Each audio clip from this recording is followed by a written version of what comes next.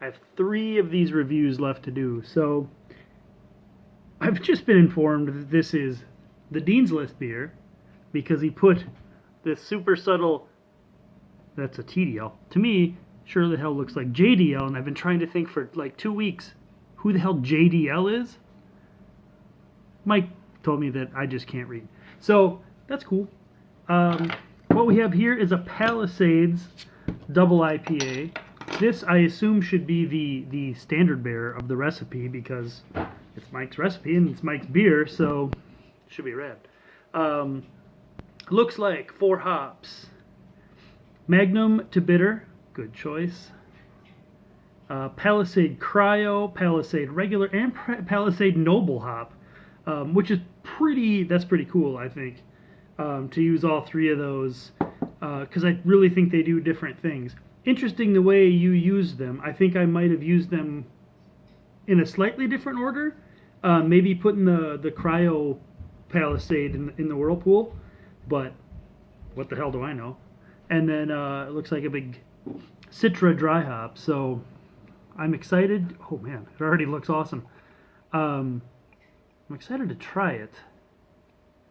This I feel like already, just in the color of it, is just demonstrates same recipe, different systems, the totally different beers you can get, because this is way lighter than some of them I've had. It's way lighter than mine, I know that. It's got a really sweet orange color. I really poured the shit on the bottom, so it's a little floaty, but that's completely this guy's fault, not Mike's fault.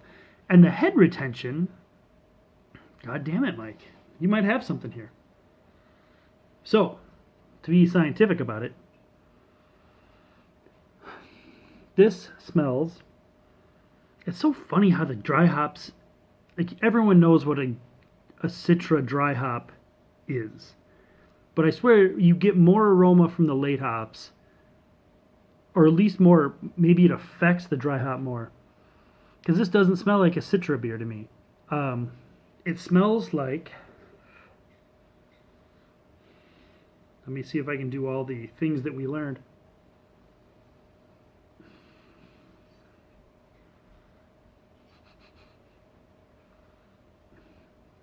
So to me, this smells really piney, like a classic '90s, not even '90s, classic like early 2000s IPA. Some of the Stone stuff and almost like a Sierra Nevada Torpedo. That kind of piney thing. It's almost like if you use Citra differently, you can either get that super tropical thing or you can really push this kind of pine deal, which is really interesting. So I think it smells awesome. Cheers, Mike.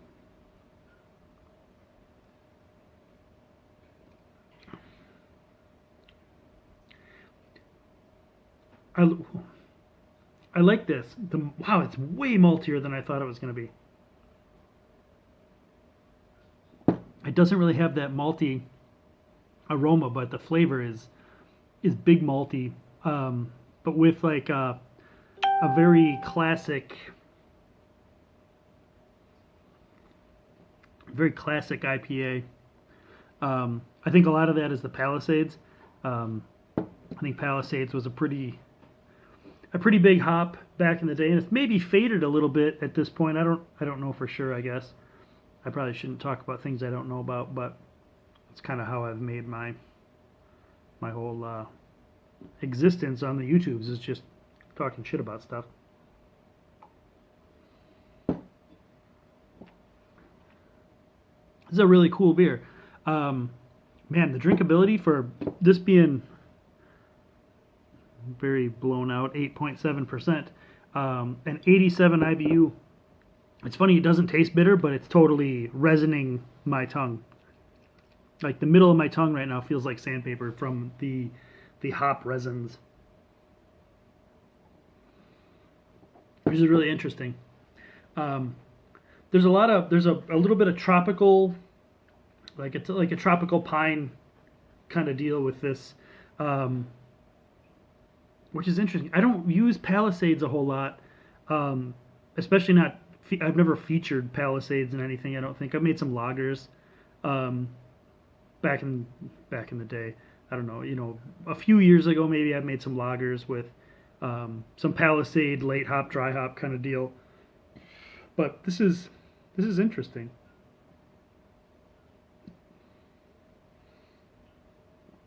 Very West Coast to me. Very dry finish, which I really like. Um, yeah, this is like almost like a classic West Coast double IPA. That's very well done. I'm not going to chug that because I might die. But that's tasty. That's really well done, Mike. Um, yeah, this is. Now I got to try and brew this recipe again, and maybe I need to tweak up my grains a little bit to get this orange rather than the kind of more mahogany kind of deal I have in my beer. I really like this orange color, and it's fairly well represented, at least from what I see on my super technologically advanced phone screen.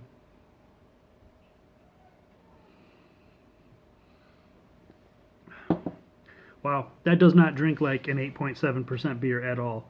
Um, really nicely done. Let me see maybe if I can pump up some aroma. So there, yeah, as it warms a little bit and as you can really spin it up in this glass, some more of the Citra tropical comes out, but it's still it's underlying the pine. This is like it's like a walk through a pine forest in Tahiti.